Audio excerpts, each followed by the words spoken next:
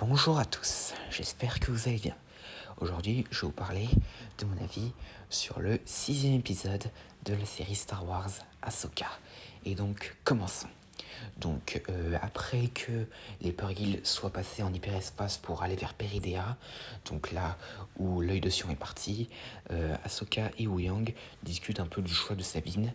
Et donc, Ahsoka pense qu'elle a fait un mauvais choix et aussi que c'est par égoïsme, mais Ouyang lui fait comprendre que elle fait employer sa peur en disant ça. Et donc, après, l'œil de Sion arrive sur Peridea et là, ils y rencontrent d'autres sœurs de la nuit, ce qui effraie un peu Shin.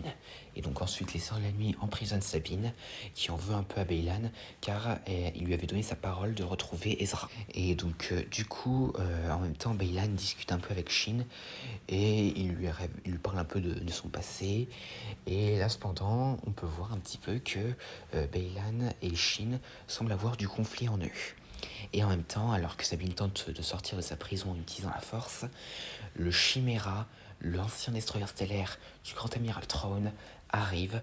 Et donc du coup, le Grand Amiral Thrawn, accompagné de plusieurs Stormtroopers, qui semblent être des Stormtroopers frères de la nuit, arrivent à la rencontre des Sœurs de la Nuit et des anciens Jedi.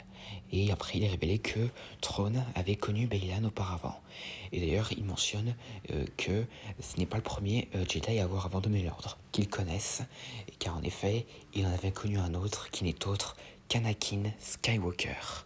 Et parce que oui, pour ceux qui ne le savent pas, Thrawn avait connu Anakin même en tant que Vador et avait même réussi à deviner que c'était lui. Et donc après, Thrawn et Sabine se retrouvent, enfin plutôt se rencontrent parce que j'ai pas vraiment le souvenir de les avoir vus se croiser dans Rebels. Et là, Thrawn lui donne la possibilité d'aller retrouver Ezra. Cependant, sans qu'elle le voie, Thrawn envoie Baylan et Shin pour la suivre, pour qu'ensuite ils éliminent Ezra et Sabine. Mais cependant, Shin semble sentir que Thrawn a un plan qui ne l'inclut pas, elle est son maître. Et en effet, Thrawn a pour plan d'abandonner Sabine, Ezra, Baylan et Shin sur Peridea et de retourner dans l'espace connu sans eux pour apparemment à nouveau s'opposer à la Nouvelle République. Et donc, du coup, Sabine se défend un peu contre les natifs, et pendant ce temps, Baylan et Shin, qui sont sur ses traces, continuent un peu de discuter et tout de l'histoire. Et Baylan dit qu'il a vu la chute des Jedi et l'arrivée d'un empire, et donc du coup, selon lui, l'histoire se répète à peu près sans arrêt. Et de toute façon, c'est ce qui finira quand même par arriver dans la postlogie, avec la disparition de Luke et l'arrivée du Premier Ordre. Et ensuite, Sabine rencontre d'autres natifs de la planète.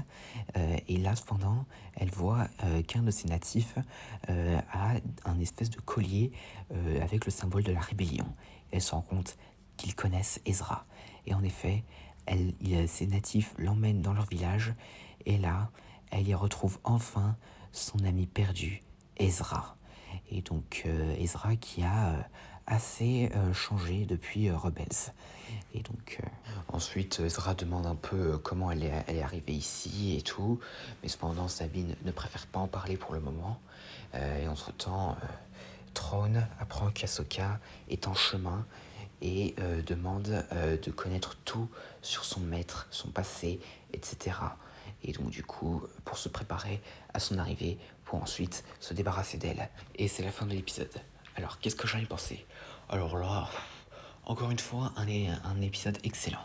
Alors déjà, Thrawn et Ezra, ça fait plaisir de les revoir. Alors par contre, pour Thrawn, je dois avouer que je suis un peu déçu sur un truc.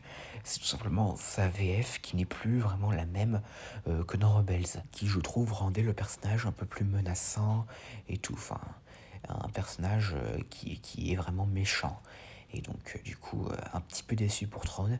Et donc, ensuite, pour les Stormtroopers dans le vaisseau de Thrawn, alors, déjà, d'après les sous-titres, ils sont appelés les Night Troopers. Et donc, du coup, ce qui implique que ce serait apparemment des Stormtroopers qui auraient été ramenés à la vie par les Sœurs de la Nuit.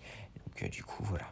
Et d'ailleurs, ce serait quelque chose qui aurait été aussi le cas pour Marok. Car en fait, quand Marok disparaît dans un nuage de fumée verte, en fait, il est possible que c'était un corps réanimé par tout simplement Morgan Elsbeth avec la magie des Sœurs de la Nuit.